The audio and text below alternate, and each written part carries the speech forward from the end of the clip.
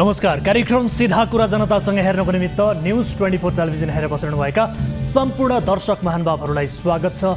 म वीरेन्द्र जैरू। काम गरिसकेको पैसा सरकारले नदिएको भन्दै अहिले निर्माण व्यवसायीहरू आन्दोलनमा छन्।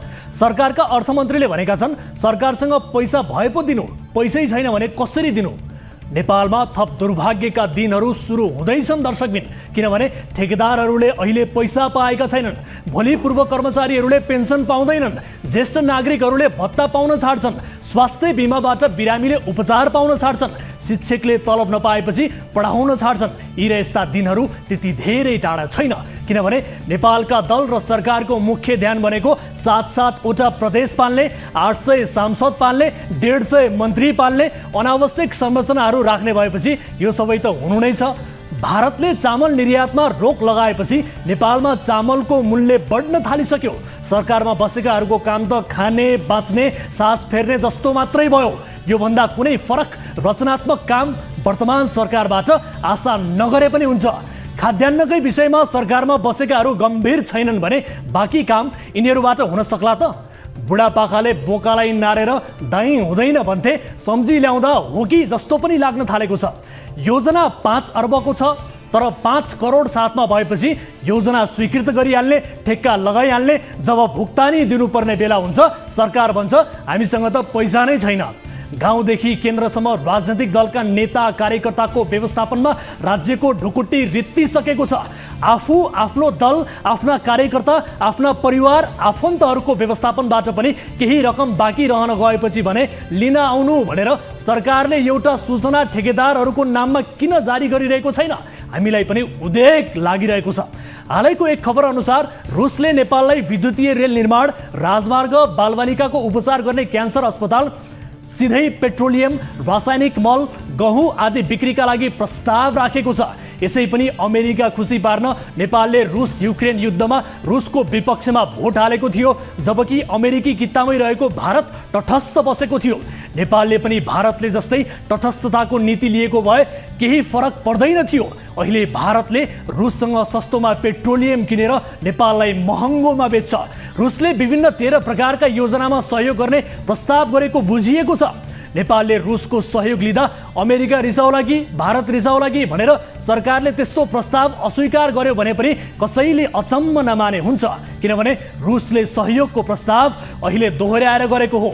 रुसले सहयोग गर्छु भन्दा पनि नेपालका शासकहरूले अमेरिका रिसाउला कि भनेर मौन बसेका छन्। एमसीसी संसदबाट पास गरेर लिँदा चीन रिसाउँछ भन्नेहरू पनि एकाथरी थिए, तर त्यो बेला एमसीसीकै विरोध गर्नेहरू केही सचेत नागरिकले भनेका थिए कि नेपालले अमेरिकाको सहयोग लिँदा चीन रिसाउनु पर्ने कुनै कारण छैन, किनभने सहयोग हामी चीनको पनि लिन्छौँ। स्वयं चिनियाहरूले नै नेपालसँग अहिलेको पुँजी अभाव छ, यसकारण उसले अरू देशले दिएको ग्रान्ट लिनुपर्छ भन्ने गर्थे।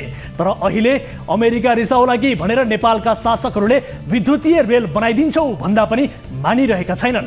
नेपाली बालबालिकालाई क्यान्सरबाट जोगाउने अस्पताल बनाइदिन्छौ भन्दा पनि नेपाली शासकहरू रुसी सहयोग लिन तयार छैनन्। नेपालका शासकलाई नेपाली बालबालिका क्यान्सरले मरे मरुन्, तर हाम्रो इष्ट देवता चाहिँ नरिसाउन् भन्ने पो रहेछ। जबसम्म कुनै देशमा यस प्रकारका शासक जीवित भइरहन्छन् भने त्यो देशको सपना मरिरहनेछ। राष्ट्रिय स्वतन्त्र पार्टीका सभापति रवि लामिछानेले चितवनमा ब्लू बस चलाउने भए। सभापति लामिछानेलाई नेपालको आगामी प्रधानमन्त्रीको रूपमा प्रचार पनि गरिएको छ। देशको प्रधानमन्त्री बन्छु भन्ने नेताले आफ्नो निर्वाचन क्षेत्रमा सीमित भएर कुनै पनि प्रकारले औचित्य पुष्टि नहुने र सस्तो लोकप्रियताका लागि ब्लू बस चलाउँछु भन्नु पपुलिस्ट कार्यक्रम भयो भन्ने टिप्पणी हामीले समेत गर्यौं। तर केही मानिसहरू भन्छन् त्यो बसले त 5 वर्ष अघि मान्छे मारेको थियो, 5 वर्ष अघि ब्लू बसले मान्छे मारेको थियो, यसकारण यो कार्यक्रम ठिक भएन भन्ने पनि कुनै तर्क हुन्छ होला त? यस्तो तर्क गर्ने हो भने त देशका वर्तमान प्रधानमन्त्री प्रचण्डले 17 वर्ष अघि के गर्नुभएको थियो त्यसको पनि विवरण निकाल्नु पर्ने हुन्छ। लोकतन्त्रमा कसैको समर्थन गर्न पाइन्छ, कसैको विरोध पनि गर्न पाइन्छ।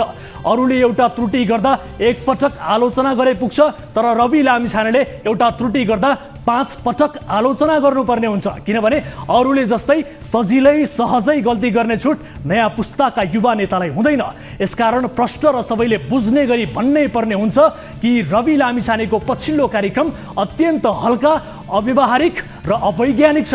यी कार्यक्रमहरू अहिलेको बागमती नदी जस्तै हो। बर्खाको भेल आउँदा त बागमती पनि गजबकै नदी जस्तो लाग्छ। 5 दिन पानी पर्न छाडेपछि बागमती आफ्नो साइजमा आइहाल्छिन्। यसकारण रवि लामिछाने जस्तो नेताले यस्तो वैकल्पिक नीतिको खोजी गर्नुपर्छ जुन नीति लागू गर्दा चितवनमा मात्र होइन, नेपाली नारीहरू दुनियाँमै सक्षम र काबिल हुन सकुन्। उनीहरूप्रति पुरै देशले गर्व गरोस्। नेपाली नारीहरूको कृति विश्वको कुना कुनासम्म पुग्न सकोस्। चितवनका नारीलाई 20 रुपैयाँको टिकटमा अल्मल्याउने होइन, प्रत्येक नेपाली बालबालिकालाई कसरी गुणस्तरीय शिक्षा दिने यसतर्फ सोच्नुपर्छ। नेपाली चेलीहरूले राम्रो शिक्षा पाए भने उनीहरू आफ्नै पैसाले हवाई जहाज चढेर देश देश पुग्न सक्छन्, घुम्न सक्छन्, काम गर्न सक्छन्।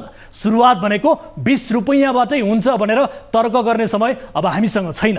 आउनुहोस् सुरु गरौँ जनताको चासो गुनासो र प्रश्न सहितको विशेष कार्यक्रम सीधा कुरा जनतासँग।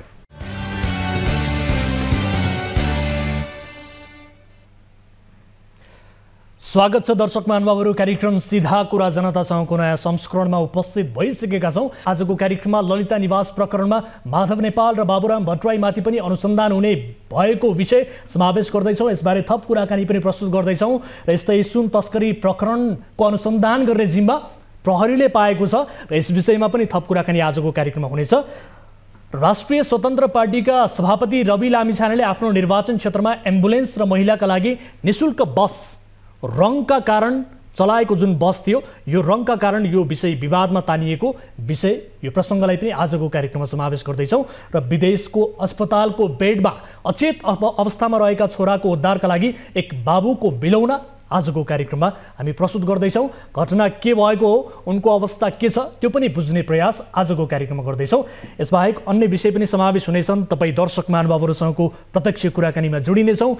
कुनै पनि समस्या पर्नुभएको छ, कुनै पनि गुनासा छन् भने तपाईँले हाम्रो टोल फ्री नम्बर 1660 012 24 24, यसै गरी एनसेल नम्बर रहेको छ 98 015 7 24 24 तपाईँका लागि खुला गरिसकेका छौँ। तपाईँले कार्यक्रम अवधिभर हामीलाई सम्पर्क गर्न सक्नुहुनेछ र आफ्ना गुनासा र समस्याहरू राख्न सक्नुहुनेछ। आउनुहोस् कार्यक्रमको सुरुवात गरौँ ताली र गालीको भोटिङ पोलबाट। यसअघि हामीले सोधेको प्रश्न थियो,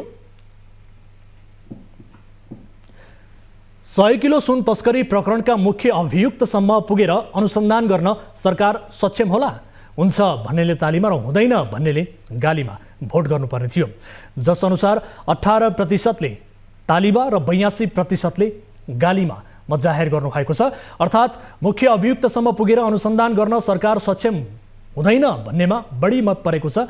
गालीमा दर्शकहरूले बढी मत व्यक्त गर्नुभएको छ। अब ताली र गालीका लागि आजको प्रश्न यस प्रकार छ, ललिता निवासको जमिन हिनामिना प्रकरणमा माधव कुमार नेपाल र बाबुराम भट्टराईमाथि पनि अनुसन्धान गर्न बाटो खुलेको छ। यी दुई पूर्व प्रधानमन्त्रीमाथि सरकारले अनुसन्धान गर्न दिन्छ भन्नेले तालीमा र दिँदैन भन्नेले गालीमा भोट गर्नुहोला। हाम्रो पात्रोको एप्लिकेसन मार्फत ताली र गालीमा भोट गर्न सक्नुहुनेछ र भोटिङ सुरु हुन्छ। अब आजको पहिलो अनि महत्त्वपूर्ण विषय, 100 किलो सुन तस्करी प्रकरणको थप अनुसन्धान गर्न राजस्व अनुसन्धान विभागले नेपाल प्रहरीलाई जिम्मा लगाएको छ। विभागले आइतबार पत्रकार सम्मेलनको आयोजना गरेर थप अनुसन्धान प्रहरी मार्फत हुने जानकारी गराएसँगै अब यो मामिलामा नेपाल प्रहरीको केन्द्रीय अनुसन्धान ब्युरोमा पुग्ने आकलन गरिएको छ। ब्युरोका अधिकारीहरूले अहिलेसम्म अनुसन्धानका लागि प्रहरी प्रधान कार्यालयले औपचारिक जानकारी दिन नसकेको जनाएका छन्। सङ्गठित रूपमा भएको अपराध, अन्तर्देशीय अपराधको श्रृङ्खला आदि देखिएका कारण यस मामिलालाई प्रहरीले नै अनुसन्धान गर्दा सहज हुने दाबी हुँदै आएको थियो। विभागले नियन्त्रणमा लिएका 18 अभियुक्तलाई पनि सिआइबीकै नियन्त्रणमा पठाएको जानकारी प्राप्त भएको छ। हालसम्म भएका अनुसन्धान प्रतिवेदनहरू पनि विभागले प्रहरीलाई जिम्मा लगाएको बुझिएको छ। यसै सम्बन्धमा थप कुराकानी गर्नका लागि हामीले प्रत्यक्ष टेलिफोन सम्पर्कमा जोडेका छौँ राजस्व अनुसन्धान विभागका महानिर्देशक नवराज ढुङ्गानालाई। महानिर्देशकज्यू, स्वागत छ यहाँलाई कार्यक्रम सीधा कुरा जनतासँगमा। धन्यवाद यहाँलाई। हजुर, अब यसअघि पनि हामीले यो प्रकरणमा तपाईँसँग कुराकानी गरेका थियौँ, आज पनि जोडिनु भएको छ। खास गरी अब यो 100 किलो सुन तस्करीको अनुसन्धान अब चाहिँ प्रहरीलाई दिँदा उपयुक्त हुन्छ भन्ने तपाईँहरूले ठहर गर्नुभएकै हो कि अथवा राजनैतिक दबावका कारण तपाईहरूले अनुसन्धान गर्दा गर्दै चाहिँ यो अनुसन्धानको रिपोर्ट प्रहरीलाई बुझाउनु लाग्नु भएको के हो? विशेषतः अनुसन्धानलाई हामीले सुरुदेखि नै बहुआयामिक र बहु विषय केन्द्रित गरेर अगाडि बढाइराखेका थियौँ। हजुर, र यस सन्दर्भमा अनुसन्धानका क्रममा कहिले कुन पक्ष हाबी जस्तो देखिने र कहिले कुनै अर्को पक्ष चाहिँ प्रधान भएर आउने हामीले देखिराखेका थियौँ।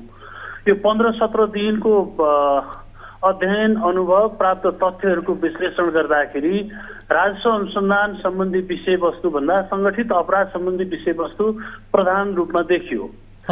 र हामीले त्यही अनुसार यो सरकार राख्ने निकायहरूसँग छलफल गर्यौं कुन प्रक्रिया र प्रणालीबाट यसलाई व्यवस्थित गर्न सकिन्छ, अनुसन्धानलाई नतिजामुखी बनाउन सकिन्छ र सबै अभियुक्तहरू जो प्रति हामीले तथ्य र प्रमाणहरू सङ्कलन गरेका छौँ सबैलाई अनुसन्धानको दायरामा ल्याउन सकिन्छ भन्ने विषय केन्द्रित छलफल गरिसकेपछि सङ्गठित अपराध अन्तर्गत छलफल गर्दा अनुसन्धान अगाडि बढाउँदाखेरि नतिजामुखी हुने निष्कर्षमा हामी पुग्यौँ। र दोस्रो कुरो हामीले विधिको शासनलाई आत्मसात गरेका छौँ र विधिको शासनको मान्यता अनुसार पनि हामीले हेर्दाखेरि हामीले जुन प्र्याक्टिसमा ल्याइराखेको सङ्गठित अपराध सम्बन्धी कानुन प्रचलित कानुन हो यसका धेरै फ्याक्टर्स अवयव र कम्पोनेन्टहरू यो अपराधमा देखिएको कारणले गर्दा सङ्गठित अपराध अन्तर्गत नै अनुसन्धान गर्नुपर्ने कुरा प्रधान र मुख्य देखियो र त्यसै अनुरूप सङ्गठित अपराध सम्बन्धी अनुसन्धान गर्ने एउटा मात्र निकाय नेपाल प्रहरी अर्थात् नेपाल प्रहरीको सङ्गठित अपराधमा अनुसन्धान गर्ने क्षेत्राधिकार नेपाल प्रहरीको मात्रै भएको कारणले गर्दाखेरि हामीले तथ्य वस्तुस्थिति प्राप्त प्रमाणहरूको आधारमा नै यो सम्पूर्ण प्रक्रिया सम्पूर्ण अनुसन्धानलाई नेपाल प्रहरीलाई बुझाउने निष्कर्षमा पुगेका छौँ। र जबसम्म यहाँले राजनैतिक दबावको कुरा यहाँले गर्नुभयो त्यो सम्बन्धमा राजनैतिक तहको एउटा मात्रै कन्सर्न के थियो भने यो अनुसन्धान नेपाल यो अन्तर्राष्ट्रिय तस्करहरूको चलखेल गर्ने केन्द्रबिन्दु बन्न सक्छ, त्यसबाट जोगाउनको निम्ति कसरी हुन्छ सबैलाई कानुनको दायरामा ल्याउने र अनुसन्धान प्रभावकारी बनाउने त्यही अनुसार गर्ने भन्ने पोलिटिकल कन्सर्न पनि थियो। र हामीहरूको तथ्यको निष्कर्ष हामीहरूको हालसम्मको अनुसन्धानको निष्कर्ष र पोलिटिकल विस पनि मिल्दो देखिएको अवस्थामा हामीले यसलाई उता पठाएका हौँ। ठिक छ, तर अब साउन 2 गते यताको चाहिँ यो घटनाक्रममा केही मानिसहरू समातिए। सुन तस्करीका मुख्य व्यक्तिको रूपमा अनुमान गरिएका खास गरी व्यापारी राकेश अडुकियाको घरमा पनि तपाईँहरूले छापा मार्नुभयो, ब्रेक्सुको गोदाममा पनि तपाईँहरूको टोली पुग्यो, तर फाइदा केही पनि भएन। अडुकियाले के भन्छन् भने त्यो छापा मारिएको घर मेरो होइन भन्ने उनले भनिरहेका छन्। अब यी सबै अवस्थालाई हेर्ने हो भने त ठोस प्रमाण भेटिने समयमा खास काम भएन, अब समय टरेपछि प्रहरीलाई बाँकी काम दिएको जस्तो भयो कि महानिर्देशक के भन्नुहुन्छ? तपाईँले घटना र विषयवस्तुलाई हेर्नुभयो भने 18 दिनको समयमा जे जति उपलब्धि भएका छन् ती उपलब्धि वास्तवमा उल्लेखनीय छन्। हाम्रो अनुसन्धानले हामी तथ्यहरूको नजिक पुगेका छौँ र त्यसलाई हामीले नेपाल प्रहरीसँग हामी निरन्तर सम्पर्कमा छौँ। यो सम्बन्ध अनुसन्धानको प्रक्रियामा हामी सुरुदेखि नै समन्वयमा रहँदै यो अवस्थामा आइसकेका छौँ।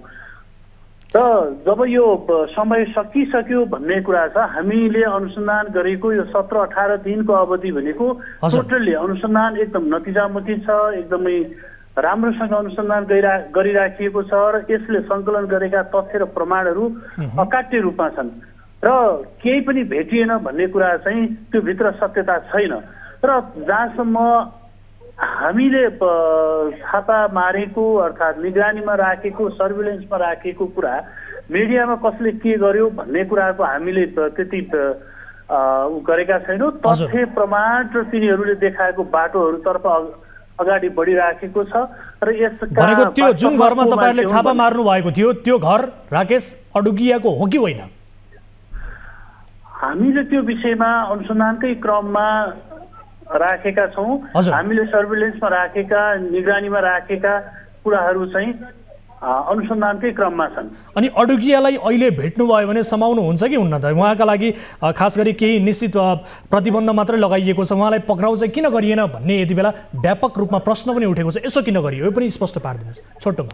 हामीले सुरुदेखि नै अनुसन्धानलाई कुनै व्यक्ति लक्षित गरेका छैनौँ। हामीले अनुसन्धानलाई प्रमाणमा आधारित र तथ्यमा आधारित बनाएका छौँ। तथ्य र प्रमाणले जसलाई डोर्याउँदै लैजान्छ, जहाँसम्म पुर्याउँछ ती सबै मानिसहरू अनुसन्धानको दायरामा आउँछन्। हजुर, तर अब यो 100 किलो सुनको मूल्य हेर्ने हो भने 100 करोडभन्दा माथि हुन्छ। म फेरि पनि तपाईँलाई यो प्रश्न गर्छु, यसअघिको कार्यक्रममा पनि मैले तपाईँलाई यही प्रश्न गरेको थिएँ कि यो सुनको असली मालिक को हुन् भन्न सक्नुहुन्छ? तपाईँहरूको अनुसन्धानले त्यो मालिकसम्म पुग्ने गरी अनुसन्धान गर्यो कि गरेन त अहिलेसम्म? तपाईँहरूले केही क्लू पाउनुभयो? यसपटक पत्ता लाग्छ भनिदिनुहोस् त। होइन, हामीले भने 18 दिनको अवधिमा हामीले अनुसन्धानलाई धेरै तीव्र गतिमा र धेरै प्रमाणहरू र तथ्यहरू सङ्कलन गरेका छौँ। ती तथ्य र प्रमाणहरूको आधारमा यी सुनको असली मालिक पत्ता लाग्छ र त्यसको लागि तपाईँले अभियोजनको समयसम्म कुर्नुपर्ने हुन्छ। त्यसो भए अब यो मामिलामा अनुसन्धान गर्न तपाईँहरूलाई यति बेला चाहिँ गाह्रो किन भयो र प्रहरीलाई सजिलो चाहिँ आगामी दिनमा कसरी हुन्छ त यो पनि बताइदिनुहोस्। होइन, हामीले गाह्रो भनेकै छैनौँ। हामीले हाम्रो चुनौतीपूर्ण अवस्थामा हामीले महत्त्वपूर्ण जिम्मेवारीहरू पुरा गरेका छौँ र यस सन्दर्भमा हामीले धेरै तरिकाले अनुसन्धानलाई धेरै पक्षबाट अगाडि बढाएका छौँ र प्रहरीले पनि ती सबै पक्षहरू र ती सबै तथ्यहरूमा आधारित भएर अगाडि बढाउँछ र निष्कर्षमा पुर्याउँछ। तर अब राजस्व छलेर सुन तस्करी गरी ल्याइएको मामिलामा मूलत अनुसन्धान तपाईँहरूले नै गर्ने हो, यसअघि पनि तपाईँहरूले नै गरेको विषय हो। अब यति ठुलो केस तपाईँहरूले प्रहरीलाई हस्तान्तरण गर्दा विभाग चाहिँ खास कामको छैन भन्ने किसिमको सन्देश पनि जाँदैन र? जाँदैन, यसमा बिल्कुल जाँदैन। यसमा प्रष्ट कुरा के छ भने यसमा 3-4वटा कम्पोनेन्ट हामीले सुरुदेखि भनिराखेका थियौँ। यो तिर्नुपर्ने राजस्व बुझाइएको हो वा होइन, पहिलो कम्पोनेन्ट। दोस्रो कुरो यो अवैध चोरी निकासी हो कि होइन। तेस्रो कुरा चाहिँ यो सङ्गठित रूपमा चालिएको हो कि होइन। हामी यो 3टा कुरामा केन्द्रित थियौँ। पहिलो कुरा त्यो हामी निष्कर्षमा के पुग्यौँ भने यो सङ्गठित रूपमा गरिएको र नेपालको प्रचलित कानुन अनुसार सङ्गठित अपराध हुनका लागि तोकिएका शर्तहरू पुरा गरेर गरिएको अपराध हो, पुरा भएको अवस्था हो। त्यसकारण यो सङ्गठित अपराधमा केन्द्रित हुन्छ। त्यही अनुसारको अनुसन्धान अगाडि बढाउनुपर्छ। त्यसपछि यसमा राजस्व चुहावटको अंश बढी छ कि यो चाहिँ अवैध चोरी निकासीको अंश बढी छ भनेर हेर्दाखेरि राजस्व चुहावट सँगसँगै त्योभन्दा बेसी मात्रामा अवैध चोरी निकासीको केस पनि जोडिएको छ र यो दुवैवटा केसहरूलाई हेरेर अनुसन्धान गर्नको निम्ति नेपाल प्रहरीको दक्षता, विज्ञता र कार्यक्षेत्रको हिसाबले उपयुक्त हुने हिसाबले उता पठाइएको छ। हस् महानिर्देशकज्यू, यो समय र संवादका लागि यहाँलाई धेरै धेरै धन्यवाद। धन्यवाद यहाँलाई पनि। दर्शकहरू, 100 किलो सुनको असली मालिक को हो भन्ने कुरा अहिलेसम्म खुलेको छैन र यति बेला राजस्व अनुसन्धान विभागले यसको अनुसन्धानको जिम्मा CIB-लाई अर्थात् नेपाल प्रहरीलाई लगाएको अवस्था छ। आगामी दिनमा पनि यो विषयलाई फलोअप गर्नेछौँ। यति बेला पालो भएको छ ब्रेक पछाडि फेरि उपस्थित हुनेछौँ। कतै नजानुहोला, विशेष रिपोर्टहरू बाँकी छन्। यहाँहरू हेरिरहनु भएको छ कार्यक्रम सीधा कुरा जनतासँग मात्र न्युज 24 टेलिभिजनमा।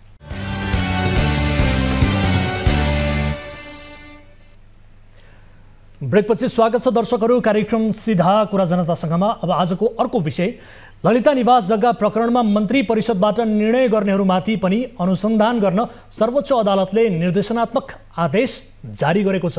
यो प्रकरणमा मुछिएका योगराज पौडेलले दायर गरेको बन्दी प्रत्यक्षीकरणको निवेदनमा न्यायाधीश अनिल कुमार सिंह र डाक्टर कुमार चुडालको इजलासले नीति निर्मातामाथि समेत अनुसन्धान गर्न आदेश दिएको हो।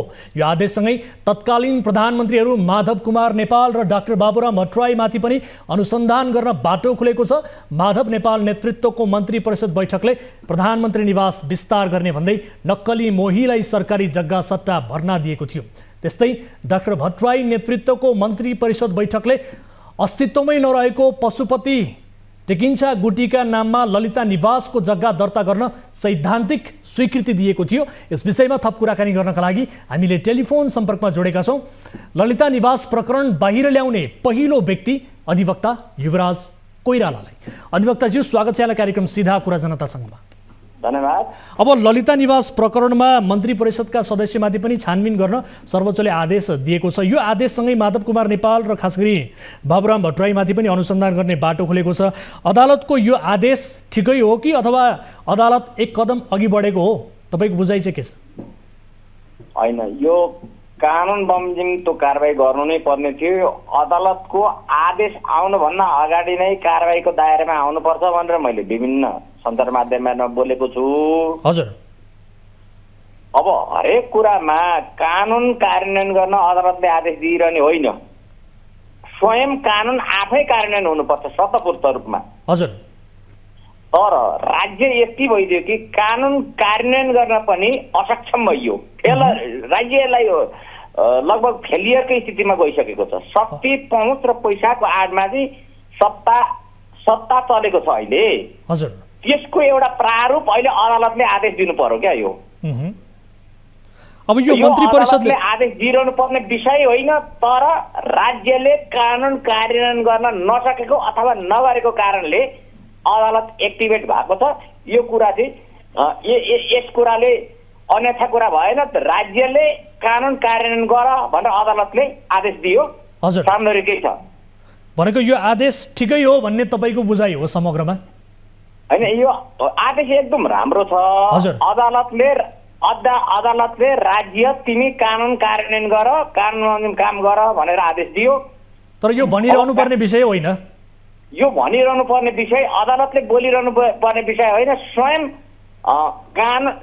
कानुनी शासनमा, विधिको शासनमा देशको प्रचलित कानुन स्वतःपूर्त कार्यान्वयन हुनुपर्छ। सबै कुरामा अदालतले बोलिरहने होइन। तर अधिवक्ताज्यू, मन्त्री परिषदले गरेको निर्णय अहिंसा हुन्छ, त्यस्ता निर्णय विरुद्ध मुद्दा लाग्दैन भनेर भनिन्छ। तर अहिले अदालतको आदेश यो फरक किसिमको आयो।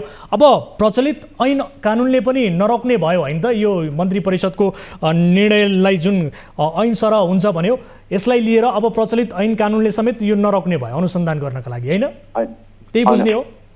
होइन, क्याबिनेटको निर्णय ऐनसर त हुन सक्दैन, होइन? हजुर। क्याबिनेटका हरेक निर्णयहरू चाहिँ कानुन सम्मत हुनुपर्छ, प्रचलित कानुनको विधि सम्मत हुनुपर्छ। प्रचलित कानुन विरुद्ध भएका मन्त्री परिषदका निर्णयहरू कानुनको नजरमा टिक्न सक्दैनन्। अथवा मन्त्री परिषद भनेको कार्यकारिणी निकायको उपल्लो निकाय भए पनि उसले गरेका कामहरू चाहिँ कानुन सम्मत हुनुपर्छ है। प्रचलित कानुनले त्यसलाई समर्थन गरेन भने त्यो चाहिँ बदर हुन्छ भनेर सम्मानित सर्वोच्च अदालतबाट पटक पटक फुल बेन्चबाट पनि फैसला भएका छन्। हजुर। र कानुनभन्दा माथि कोही पनि हुँदैनन्, विधि सम्मत राज्य चल्नै पर्छ। त्यसै कारण मन्त्री परिषदले पनि प्रचलित कानुनको अन्डरमा रहेर, अधीनमा रहेर मात्रै काम गर्नुपर्छ भनेपछि मन्त्री परिषदका निर्णय कानुन त हुँदैनन्, होइन? मन्त्री परिषदका निर्णय लिएर कानुन कार्यान्वयन गर्ने हो। अब तपाईँको विचारमा यो प्रकरणमा बाबुराम भट्टराई र माधव कुमार नेपालमाथि पनि छानबिन हुन जरुरी थियो र कारण स्पष्ट पारिदिनुहोस् त। जरुरी छ। उहाँहरूले राज्यको कानुनलाई आफ्नो हातमा लिएर मनपरी तन्त्र गर्नु भएकै छ। हजुर। यो उहाँले जुन मन्त्री परिषदबाट पटक पटक निर्णय भएका छन् ती कानुन सम्मत थिएनन्। कानुन प्रचलित कानुनको परिखिलाफ हुने गरी यी निर्णय गरेका देखिएको भनेर मन्त्री परिषदबाट 2075, 11, 28मा निर्णय भइसकेको छ। तर यो राज्य यति फेलियर छ, यति कमजोर छ, शक्तिको पछाडि यति पिछो लगुवा छ। 2075, 11, 28मा मन्त्री परिषदबाट के निर्णय भएको छ भने मालपोत यो मन्त्री परिषदबाट 2066, 12, 29 र 2067, 1, 31मा गरेका निर्णयहरू चाहिँ प्रचलित कानुनको परिखिलाफ हुने गरी भएको देखिएले त्यो निर्णय बदर गर्न प्रस्ताव ल्याउनु भनेर भूमि सुधार मन्त्रालयलाई आदेश दिएको छ। हजुर। तर आजसम्म भूमि सुधार मन्त्रालय जुम्रा मारेर बसिरहेको छ। यो चाहिँ एउटा कानुनको शासन, विधिको शासनको प्रत्यक्ष उल्लङ्घन चाहिँ कानुन कार्यान्वयन गर्ने भूमि सुधार मन्त्रालयले पनि गरिरहेको देखिन्छ। ठिक छ अधिवक्ताज्यू, नेपालमा त अख्तियारबाट जोगिनका लागि 2 नम्बरी निर्णय जति सबै क्याबिनेटबाटै पास गराउने किसिमको चलन छ नि। अब यो आजको अदालतको जुन आदेश आयो, यो आदेशलाई दृष्टान्त मान्ने हो भने के अब प्रधानमन्त्रीले समेत जताभावी निर्णय गर्न नमिल्ने भएको हो, यो भन्न सक्छौँ हामी? होइन, प्रधानमन्त्रीले पहिले मैले अघि भनिसकेँ, सम्मानित सर्वोच्च अदालतका पटक पटक भएका निर्णयहरूले नै मन्त्री परिषद अथवा प्रधानमन्त्रीले गरेका निर्णय पनि कानुन सम्मत भएनन् भने त्यो बदर हुन्छ भनिसकेपछि कानुन विवाद गरेका कामबाट जुन राज्यलाई हानि नोक्सानी भएको छ भने कानुनको दायराभित्र उनीहरू आउनुपर्छ। सर्वोच्च अदालतले नबोलिकन पनि आउनु पर्ने नै थियो, हुन्थ्यो। हस् अधिवक्ताज्यू, समय र संवादका लागि यहाँलाई धेरै धेरै धन्यवाद। धन्यवाद। हस्।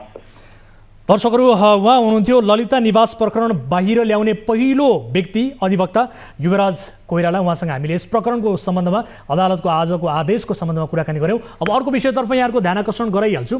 कुनै पनि सवारी साधनको रङ परिवर्तन गर्ने हो भने सुरुमा यातायात व्यवस्था कार्यालयको अनुमति लिनुपर्छ। रङ परिवर्तनको औचित्य पुष्टि हुने अवस्थामा यस्तो अनुमति दिइन्छ। सरकारी निकायको स्वीकृति बेगर कसैले पनि रङ परिवर्तन गर्न हुँदैन। मामिला अहिले राष्ट्रिय स्वतन्त्र पार्टीका सभापति रवि लामिछानेले आफ्नो निर्वाचन क्षेत्रमा सञ्चालन गरेको एम्बुलेन्स र ब्लू बसको छ। यी दुवै साधनलाई नीलो रङमा परिणत गरियो। यसो गर्दा सरकारी निकायको नियमलाई वास्ता गरिएन। जब यो विषय बाहिर आयो त्यसपछि सभापति लामिछानेले प्रतिक्रिया दिँदै भने मान्छेको पछि लागेर भएन, अब गाडीको पछि पनि लाग्ने।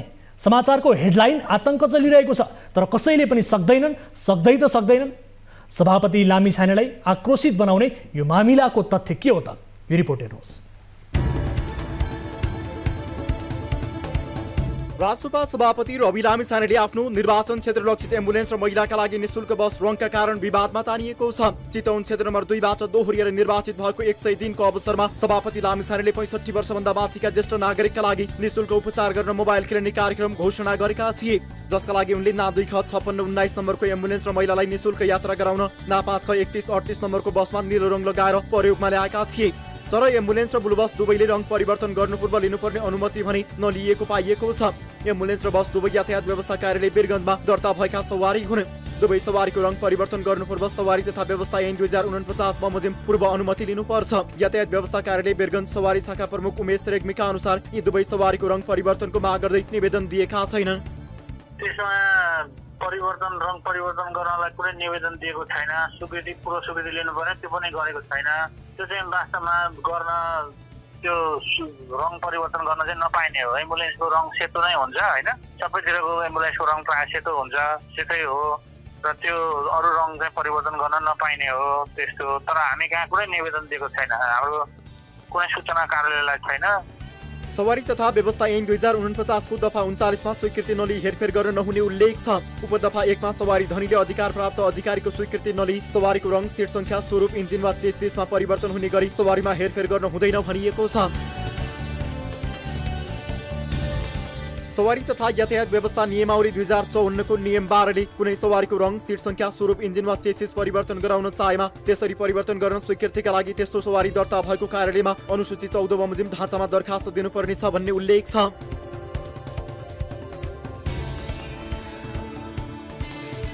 अर्थात् सभापति लामिछानेले निर्वाचन क्षेत्रमा चल्ने दुवै सवारी वीरगन्जमा दर्ता भएका कारण त्यहीबाट यस्तो प्रक्रिया पूरा हुनुपर्ने थियो। सामान्यतः सार्वजनिक बसहरू जुनसुकै रङमा पनि चल्ने गरेका छन्। एम्बुलेन्सको हकमा सेतो रङ नै प्रचलनमा छ, तर सभापति लामिछानेले प्रयोगमा ल्याएको एम्बुलेन्सको रङ नीलो छ। यो एम्बुलेन्स लामिछानेका लागि चितवन स्थित पुरानो मेडिकल कलेजले उपलब्ध गराएको थियो। सो कलेजले चाहिँ भारतीय दूतावासबाट अनुदानमा प्राप्त गरेको थियो। एम्बुलेन्सको रङ परिवर्तनको विषय विवादित भएपछि मेडिकल कलेजले एम्बुलेन्स फिर्ता लगेको छ। मोबाइल क्लिनिकको एम्बुलेन्स परिवर्तन गर्न लागेको पुष्टि सभापति लामिछानेले पनि सामाजिक सञ्जाल फेसबुकमा एक स्ट्याटस लेख्दै गरेका छन्।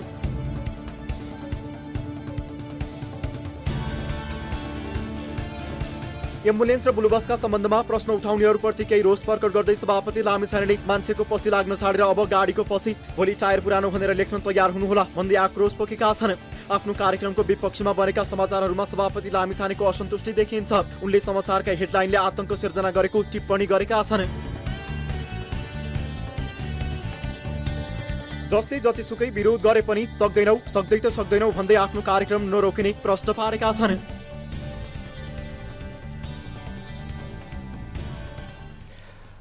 दर्शकहरू, पछिल्लो समय चर्चामा रहेको यो विषयको अन्तर्वस्तु कार्यक्रममा हामीले रिपोर्ट मार्फत प्रस्तुत गरेका छौँ र खास गरी कुनै पनि यस्ता किसिमका गतिविधिहरू गर्दाखेरि नीति नियमलाई चाहिँ प्रक्रियालाई चाहिँ पुरा गर्नुपर्दछ भन्ने किसिमको एउटा सन्देश पनि यो रिपोर्ट मार्फत दिन खोजिएको छ र खास गरी नेताहरूले त अझ बढी यस्ता विषयमा ध्यान दिनुपर्छ। राजनीतिक दलका नेतृत्वहरूले यस्ता विषयमा चुक्ने कुनै किसिमको छुट हुँदैन भन्नका लागि पनि यो विषयलाई गम्भीरतापूर्वक लिइयोस् आगामी दिनमा भन्नका लागि पनि हामीले यो रिपोर्टलाई प्रस्तुत गरेका हौँ। यति बेला कोही दर्शक हामीसँग जोडिनु भएको छ आफ्नो समस्यासहित, उहाँसँग कुराकानी गर्छौँ।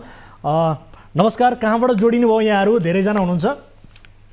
हजुर नमस्कार वीरेन्द्र सर, हामी युएईबाट युएईको आबुधाबीबाट बोल्दैछौँ। आबुधाबीबाट कतिजना हुनुहुन्छ यहाँहरू? के समस्या पर्नुभयो? हामी यहाँ 25 जना छौँ। हामी चाहिँ एउटा यो अल्फाला सेक्युरिटी सर्भिसेस कम्पनीका एक्स चाहिँ इम्प्लोइहरू हौ। हामीले चाहिँ रिजाइन अहिले लगभग 10 महिना भयो, म्याक्सिममको केहीको 5-6 महिना पनि भयो। त्यसको समग्रमा हामी 10 महिनादेखि हामीलाई चाहिँ कम्पनीले एउटा यो आबुधाबीकै मफरक स्थित अलिसुस भन्ने एउटा लेबर क्याम्पमा बन्धक जसरी बनाएर राखेको छ। हामीले यो कम्पनीमा झन्डै दशकौँ भन्दा पनि धेरै, मानौँ न 10-12 वर्ष काम गऱ्यौँ। कोही 10 वर्ष, कोही 12, कोही 13 वर्ष, कोही 6 वर्ष, कोही 5 वर्ष काम गर्ने साथीहरू हुनुहुन्छ। हजुर, त्यो चाहिँ अब हामीलाई नयाँ कम्पनी खोल्यो, यो कम्पनीले पुरानो कम्पनीलाई बन्द गरायो। हामी चाहिँ जति पनि छौँ अहिले यहाँ ग्रुपमा तपाईँ भएको सबै पुरानो कम्पनीबाट, र यो कम्पनीले चाहिँ अब नयाँ खोलिसकेपछि चाहिँ त्यो नयाँ कम्पनीमा जोइन हुनको लागि 4500 माग्यो। त्यसपछि हामी अब पुरानो मान्छे हौ, हामीलाई चाहिँ अब यो भिसा फ्रीमा गराउने भए चाहिँ हामी गर्न तयार छौँ, नभए गर्दैन भनेपछि बाध्य बनाएर हामीलाई रिटर्न गर्न बाध्य बनायो। हजुर, त्यसपछि अहिले जुन छ, अहिले रनिङ छ, त्यो चाहिँ नाइट ब्रिज ग्लोबल सेक्युरिटी भन्ने कम्पनी हो। यो कम्पनीले हामीलाई पैसा दिनुपर्ने हो, किनभने यो दुवै कम्पनी दाजुभाइको कम्पनी हो। ए हजुर, भाइको कम्पनी, अहिले पछि यो भाइको कम्पनी, यो नाइट कम्पनी चाहिँ भाइको कम्पनी हो। यहाँ अब नेपालबाट पनि थुप्रै चाहिँ सेक्युरिटीहरू मगाइरहेको छ। विगत 3-4 महिनाको लगभग 50-60 जना चाहिँ सेक्युरिटीहरू ल्याइरहेको छ। यसको जानकारी चाहिँ हामीले यहाँ आबुधाबी स्थित नेपाल एम्बासीलाई पनि सूचित गरेका थियौँ। ल यो कारणले तपाईँहरूले चाहिँ यहाँ सेक्युरिटी ल्याउन दिने, त्यसो गर्न कारणले हामीलाई यहाँ चाहिँ कम्पनीले पैसा दिएको छैन, त्यो बन्द गर्नु पर्यो। नयाँ मान्छेहरूलाई ल्याएर यहाँ फसाइदिनु भएन। हामी आफै पनि तनावमा छौँ, कम्पनीले पैसा दिएको छैन भनेर हामीले रिक्वेस्ट गरेपछि लिखित निवेदन दिएपछि ल हुन्छ हामीले गर्छौँ पनि भन्यो आबुधाबीको चाहिँ एम्बासीले, आबुधाबी स्थित नेपाल एम्बासीले। त्यसपछि पनि मान्छेहरू यहाँ आए। ए हजुर, त्यसपछि गएर अस्ति भर्खरै पनि हामीले चाहिँ फेरि एउटा निवेदन चढाएका छौँ। अब लगभग मान्छेहरू आउने क्रम जारी छ यो कम्पनीमा, जहाँ कि हामीलाई चाहिँ अब आज चाहिँ 9-10 महिना भइसक्यो हामीले पाउनुपर्ने इन्ड अफ सर्भिस रकमहरू एक सुगा पनि दिएको छैन र दिने अझै पनि झुटा आश्वासनहरू बाँड्दै आएको छ। अलरेडी तपाईँहरू 25 जना जस्तो त्यहाँ बन्धक बनेर बस्नु परेको छ। तपाईँहरू आफै समस्या हुनुहुन्छ, त्यसमाथि थप नेपाली कामदारलाई त्यही कम्पनीले चाहिँ विभिन्न प्रलोभन दिएर अझै पनि लगिरहेको छ, झुटा आश्वासन दिएर लगिरहेको छ, होइन? हजुर। अनि अब तपाईँहरूलाई बन्धक चाहिँ किन बनाइयो? तपाईँहरू अहिले ठ्याक्कै कस्तो अवस्थामा हुनुहुन्छ? बाहिर निस्किन पाउनुहुन्छ कि पाउनुहुन्न? तलब सुविधा पाउनु भएको छैन लामो समयदेखि, तपाईँहरू कसरी बसिरहनु भएको छ त्यहाँ? अहिले कसै साथीहरूको 2 वर्षदेखिको चाहिँ भिसा लगाएको छैन कम्पनीले, कसैको 5-6 महिना भयो, कसैको 1 वर्ष भयो, म्याक्सिमम 2 वर्ष चाहिँ भिसा नलागिकन यहाँ हामीलाई यतिकै राख्छ। हामीलाई अब क्याम्पबाट बाहिर जानको लागि पनि अब प्रहरीले पक्राउ गर्ने सक्ने स्थिति चाहिँ विद्यमान छ, किनभने हामीसँग इनकेस हामीलाई अब छापा मार्यो भने सबै हामी जेल जानुपर्ने स्थिति छ। हामीले त्यो क्याम्पबाट बाहिर जान सक्ने अनुमति पनि छैन हामीसँग।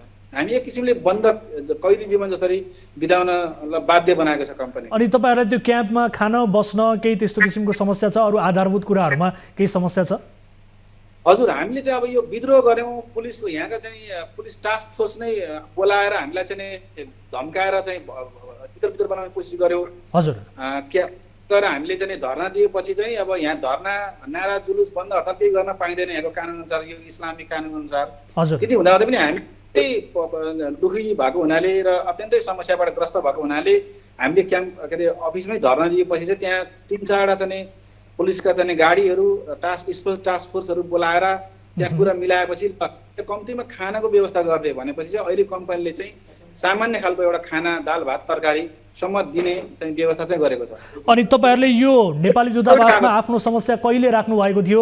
त्यहाँको रेस्पोन्स चाहिँ के आयो भन्नुहोस् त? तपाईँहरूले के जवाब पाउनुभयो दूतावासबाट? दूतावासले चाहिँ गर्छु मात्रै भन्छ सर। कहिले जानकारी दिनुभएको? कति भयो तपाईँहरूको जानकारी दिनुभएको? तपाईँहरूले आफ्नो समस्याबारे बताउनु भएको कति समय हो दूतावासमा? हजुर, दूतावासलाई हामीले जानकारी दिएको 5-6 महिना भइसक्यो। 5-6 महिना भइसक्यो दिएको, लिखित पत्रै दिएको। हजुर, खासले हामी भन्नुहुन्छ उहाँहरूले, अनि फेरि हामी आयो उहाँहरू पनि सेलाउनुहुन्छ। अनि दूतावासका कोही पनि प्रतिनिधिहरू तपाईँहरूको क्याम्पसम्म पुगेका छैनन्? त्यसरी पुग्ने अवस्था पनि हुन्छ नि कतिपय अवस्थामा, त्यो अनुगमन गर्ने के भएको रहेछ भने समस्या बुझ्ने। हजुर हजुर, हाम्रो दबावमा चाहिँ नेपाल एम्बासीबाट चाहिँ काउन्सिलर चाहिँ हाम्रो अफिसमा आउनु भएको थियो। हजुर, कम्पनीले एचआरसँग मात्रै कुरा गर्न चाहिँ उहाँहरूलाई अलाउड गर्नुभयो। त्यसपछि उहाँहरूले कुरा नगरी फर्किनु भयो। त्यसपछि क्याम्पमा आएर हाम्रो अवस्था बुझ्ने, हामी कुन अवस्थाबाट गुज्रिरहेका छौँ त्यसको बारेमा चाहिँ उहाँहरूले जानकारी लिने के पनि गर्नुभएको छैन। भनेको अहिले तपाईँहरू अब कामविहीन हुनुहुन्छ, त्यत्तिकै बस्ने काम हो, भित्रै बस्ने हो, बाहिर निस्किन पाइएको छैन, त्यही हो नि त अवस्था? हजुर हजुर एकदम। हामी 9 महिनादेखि अब बिना तलब तपाईँको चाहिँ कामविहीन, बाहिर जान पनि अलाउड छैन। यहाँका चाहिँ संयन्त्रहरूले हामीलाई कल गर्छ, तपाईँ गरेछस् भनेर कहिले कहिले कल गर्छ, हामीले गरेका छैनौँ, हामी त भिसा पनि छैन, रिजाइन दिएका मान्छेहरू हौँ, कम्पनीले बाध्य बनाएर रिजाइन दिएको मान्छेहरू हौँ भनेर हामी चाहिँ अहिले क्याम्पभित्रै छौँ। एकदमै 10 महिनादेखि हामी चाहिँ क्याम्पभित्रै बन्धकको रूपमा छौँ। हस्, तपाईँहरूले एकदमै गम्भीर आफ्नो समस्याबारे जानकारी गराउनु भएको छ। यो विषयमा हामी गम्भीरतापूर्वक नेपाली दूतावासको ध्यान आकर्षण गराउनेछौँ र त्यहाँ रहनुभएका एनआरएनएका साथीभाइहरूलाई पनि हामी तपाईँहरूको समस्या बताउनेछौँ। उहाँहरूले पनि केही सहयोग पक्कै पनि गर्नुहुनेछ र लाइभ हेरिरहनुभएका जो सम्बन्धित निकायका अधिकारीहरू हुनुहुन्छ उहाँहरूको समेत गम्भीर रूपमा ध्यान आकर्षण गराउन चाहन्छौँ र तपाईँहरूको समस्यालाई लिएर हामी पक्कै पनि गम्भीर बनेका छौँ। यो विषयलाई हामी फलोअप गर्छौँ, तपाईँहरूलाई मद्दत गर्ने कोसिस हाम्रो टिमबाट हुनेछ। हाम्रो टिमले यसको फलोअप के भयो, कसो भयो भन्ने बारेमा पनि तपाईँहरूलाई जानकारी दिनेछ। अहिलेका लागि सुरक्षित रहनु होला, केही समय धैर्य गर्नु होला है त। हस्, छुट्टिन्छौँ। दर्शकहरू, उहाँहरूसँग यति बेला मैले बिदा मागेको छु र यो समस्याका बारेमा हामी पक्कै पनि बुझ्नेछौँ। 9 महिनादेखि नेपाली युवाहरू एउटा क्याम्पमा बन्धक बनाएर बसिएको अवस्था छ। कम्पनीले काम दिएको छैन, तलब सुविधा दिएको छैन र नेपाली दूतावासलाई यसबारेमा जानकारी दिँदा पनि 5-6 महिना भइसक्यो, अहिलेसम्म कुनै किसिमको रेस्पोन्स गरेको छैन। आफूलाई सहयोग गर्ने कुनै प्रयत्न नेपाली दूतावासबाट भएको छैन भन्ने गुनासो यी नेपाली युवाहरूको छ। यो विषयलाई हामी फलोअप गर्नेछौँ। अब अर्को विषयतर्फ यहाँहरूको यति बेला ध्यान आकर्षण गराइहाल्छु। संयुक्त अरब इमिरेट्स UAE को राजधानी आबुधाबीको एक अस्पतालमा झापाका वीर बहादुर वाग्ले अचेत अवस्थामा छन्। आफू बस्ने क्याम्पमै ढलेका वीर बहादुरको तत्कालै उपचारका लागि अस्पताल लगियो। अस्पतालमा उनलाई भर्ना गरिएको छ, तर वीर बहादुरलाई के भएको हो, उनको अहिलेको अवस्था के छ भन्ने जस्ता आधारभूत सूचना पनि झापामा रहेका उनको परिवारलाई दिइएको छैन। छोरा अस्पतालमा जीवन र मृत्युसँग सङ्घर्ष गरिरहेको भन्नेसम्म बाबु तिल बहादुरलाई थाहा छ। यो बाहेक छोराको अरू खबर उनलाई छैन। छोराको जीवन रक्षा र उपचारको प्रबन्धका लागि सहयोगको याचना गर्दै बाबु न्युज 24 टेलिभिजनको कार्यालयसम्म आइपुगेका छन्। हेरौँ यो रिपोर्ट। यिनी हुन् झापा कन्काई नगरपालिकाका 80 वर्षीय तुल बहादुर वाग्ले। वैदेशिक रोजगारका लागि UAE पुगेका उनका छोरा वीर बहादुर वाग्ले अहिले अस्पतालको बेडमा अचेत अवस्थामा छन्। उनै छोराको उद्धारको गुहार माग्न बुबा तिल बहादुर झापादेखि न्युज 24 टेलिभिजनसम्म आइपुगेका छन्।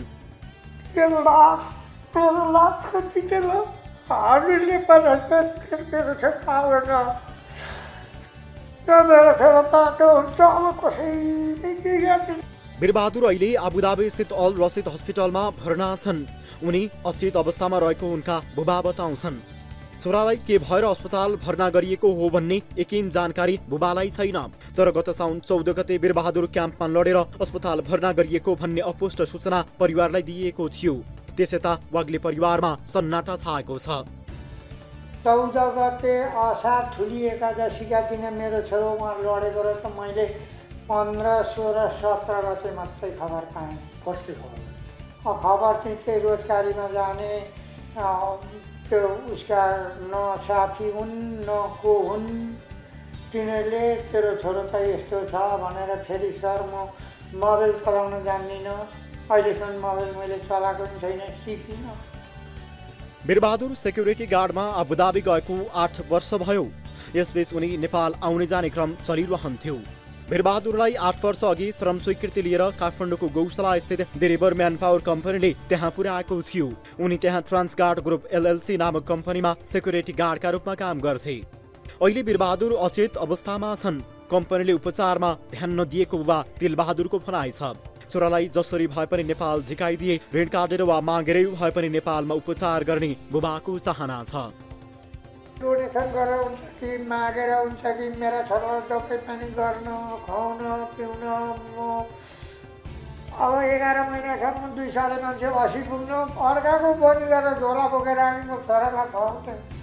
बुढीलाई पारिरहेको छु। आज 11 महिना भयो त्यसै मका छोरालाई पालिरहेको छु। त्यो छोरालाई सक्दिनँ होला सर। मैले जिउदेखि मेरो छोरा नेपाल आइदिएदेखि म नेपालमा बिरामी भयो अनि झोला पुगेर हिँडेर पनि गर्नु भएको छ मेरो छोरालाई। भाइले भनेपछि मेलाको बुढा भने पनि तपाईँ अब बाउ भने पनि तपाईँको मान्छेलाई मलाई निकाल्यो भने सर छोरालाई निकाल्ने म जिन्दगी मेरो साथ हुन्छ। म यहाँ तपाईँसँगै बस्भन्दा नि म बस्नु सक्छु। मेरो छोरा हेर्नु पर्ने भयो। नराउनुहोस्, हामी हाम्रो तर्फबाट प्रयास गर्छौँ होइन। खेमराजीलाई पनि हामीले सहयोग गरेकै हो। उहाँ पनि त्यस्तै बाँचेर आएको मान्छे उसैका सहायतामा के भएको रहेछ हामी बुझ्छौँ कसरी यस्तो अवस्था भयो होइन। केही नमान्नुहोस्, हामी हाम्रो तर्फबाट सहयोग गर्छौँ है। वीरबहादुर वाग्लेको नजिकको आफन्त कोही पनि आबुधाबीमा छैनन्, त्यसैले अस्पतालमा उनको रेखदेख गर्ने पनि कोही छैनन्। हालसम्म उनको स्वास्थ्य अवस्थामा कुनै सुधार नआएको बताइएको छ। यता वाग्ले परिवारले वीरबहादुरको उद्धारका लागि वैदेशिक रोजगार विभागमा समेत निवेदन दिएका छन्। विभागले पनि आबुधाबी स्थित नेपाली दूतावासलाई उद्धारका लागि पत्र लेखेको छ।